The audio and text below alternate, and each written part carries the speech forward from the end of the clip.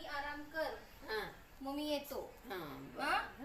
नाही तर तुम्ही सगळे असल्यानंतर काय करते. हा, ते ऊन फार तापलंय. हो ते म्हणाले आता नाही येत. बर पण येतो म्हणलेत हा, ना. येतो म्हणाले. म्हणजे मी इथंच बसते हो, दुसरीकडे कुठं जात इथेच नाही. बसा.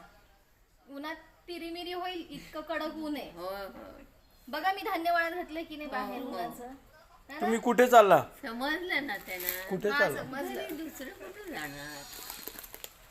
कुठल्या घरी? हा? कुठल्या घरी?